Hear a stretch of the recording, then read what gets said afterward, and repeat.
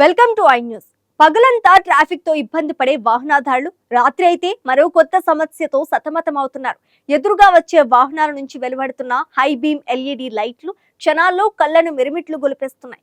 కొన్ని సెకండ్ల పాటు ఏమీ కనిపించని పరిస్థితి ఏర్పడి ప్రాణాంతక ప్రమాదాలు జరుగుతున్నాయి. నిబంధనలు ఉన్నా అమలు లేదు, చట్టాలు ఉన్నా పర్యవేక్షణ లేదు. ఒకప్పుడు హెడ్ లైట్లపై సగం వరకు నల్లటి స్టిక్కర్ వేసే రూల్ ఉండేది. ఇప్పుడు ఆ నిబంధన ఏమైంది? అసలు చట్టం ఏం చెప్తోంది? అధికారులు ఎందుకు చర్యలు తీసుకోవడం లేదు? ఈ ప్రత్యేక కథనంలో చూద్దాం. సాయంత్రం 7 గంటలు దాటితే జాతీయ రహదారులు, రాష్ట్ర రహదారులు, నగరాల ప్రధాన రోడ్లు ఎక్కడ చూసినా ఒకే సమస్య. ఎదురుగా వచ్చే కార్లు, ఎస్యూవీలు, లారీలు, బస్సుల నుంచి వచ్చే హై ఇంటెన్సిటీ ఎల్ఈడి లైట్లు నేరుగా డ్రైవర్ కళ్ళపై పడుతున్నాయి. దీంతో కొన్ని క్షణాల పాటు పూర్తిగా చూపు మందగిస్తుంది. రోడ్డుపై ఉన్న డివైడర్, గుంత, బైక్, పాదచారి ఏదీ స్పష్టంగా కనిపించదు.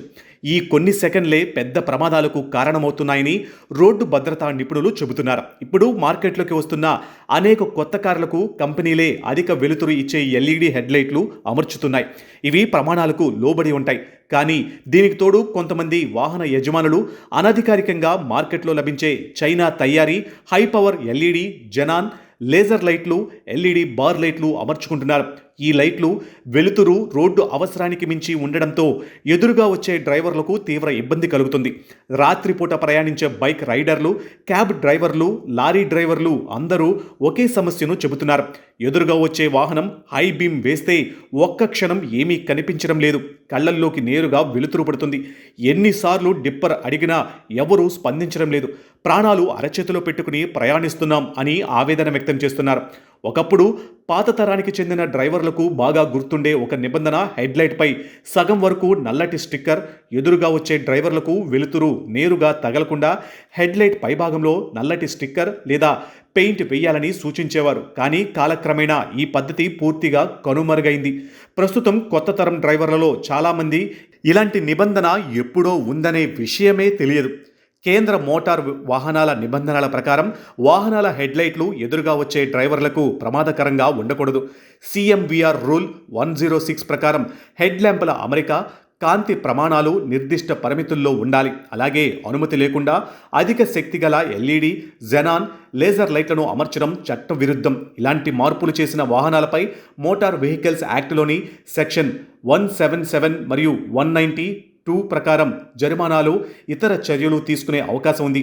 ఈ సమస్యను పరిష్కరించాలంటే 3 శాఖలు కలిసి పని చేయాల్సిన అవసరం ఉంది.